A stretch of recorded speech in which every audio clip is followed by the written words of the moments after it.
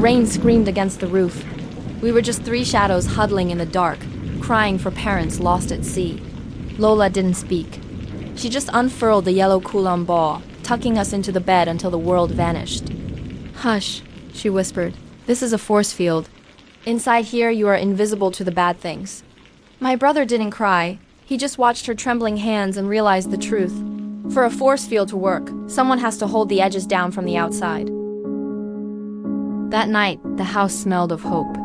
Our parents were traders out on the salt spray, and their letters promised a Christmas we'd never forget. They were coming home with crates of apples, new clothes, and enough stories to last a year.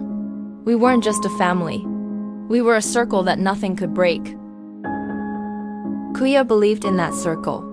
He took a scrap of paper and a piece of charcoal and drew us all three siblings safe inside a glowing dome. With Mama and Papa's ship sailing right into the center of it, it was a child's prayer in black and white. We fell asleep dreaming of the feast and the noise of their return. But the winds of December changed. The news didn't come in a crate of apples. It came in a whisper that the ship never docked. The sea had kept the gifts, and our parents with them. I watched my brother look at his drawing, then at our empty pantry where the Christmas feast was supposed to be. He didn't cry, he didn't scream. He just took that paper, folded it tight, and tucked it into the bottom of Lola's wooden baul.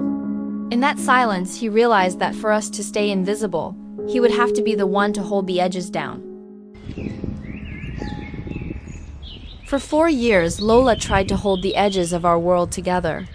Every morning at 4, she was already gone, her back bent under a heavy basket of whatever the market would buy.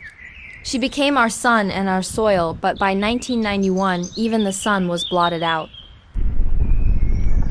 The earth shook in 90, and then the sky turned gray as Mount Pinatubo erupted. Ash fell like a funeral shroud over the markets. The power went out for 12 hours a day, and the prices of rice climbed until they were out of reach. I watched Lola's hands, the same ones that tucked us into the force field, grow gnarled and slow, too arthritic to carry the weight of our growing appetites. My brother stood at the crossroads. He had the grades for college and the soul for art, but he looked at the patch Lola had sewn into our old kulambo, a rough, ugly scrap because we couldn't afford a new one. He realized that the grandmother who had been our shield was now the one who needed protecting. In 1992, he traded his graduation cap for a soldier's boots. He didn't do it for glory. He did it for the 1,000 pesos base pay and the guarantee that his sisters would never have to study by the flicker of a dying candle. He walked out of the house and into the malaria-chilled jungles, in the barracks. He clung to his military net. The sensation of the mesh against his skin was his only connection to Lola's bed. It told him that as long as he stayed in the mud and the fever, the force field back home was still standing. More than 20 years later, the attic is a graveyard of those silent years.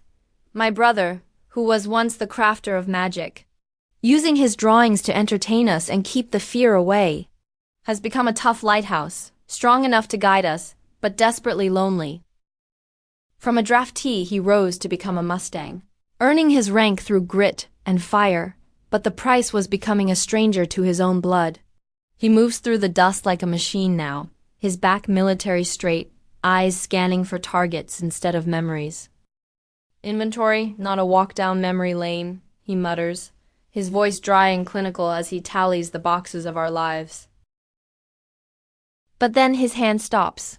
He reaches into an old chest and pulls out that same mesh, the yellow kulambo. As he shakes it out, the plastic-wrapped drawing of the ship falls from its folds. My sister picks it up, and for the first time, the lighthouse flickers. He looks at the stick figures he drew when he still believed magic could bring the dead home. "I wanted to stay inside the bubble with you," he says, his voice barely a whisper. He sits on a crate and unlaces his heavy boots, the armor that made him a stranger to his own home. He kicks them aside, his bare feet touching the starchy yellow kulambo with a hesitation that aches. But how can I be comfortable inside, when I know that Lola's strength is failing from holding our family together? As he smooths the mesh, his fingers catch on a small, stiff patch in the corner. Tucked inside the hem is a scrap of paper yellowed by time. Lola's handwriting is there, a ghost reaching out from the past. To my oldest, you carried the world so your sisters wouldn't have to. You were the shield when I was too old to be one. Your duty is done, my child. Come back inside. The silence in the attic is no longer heavy, it's fragile. We don't know what to do. We want to reach out, but he has been a stone wall for so long that we've forgotten how to touch him.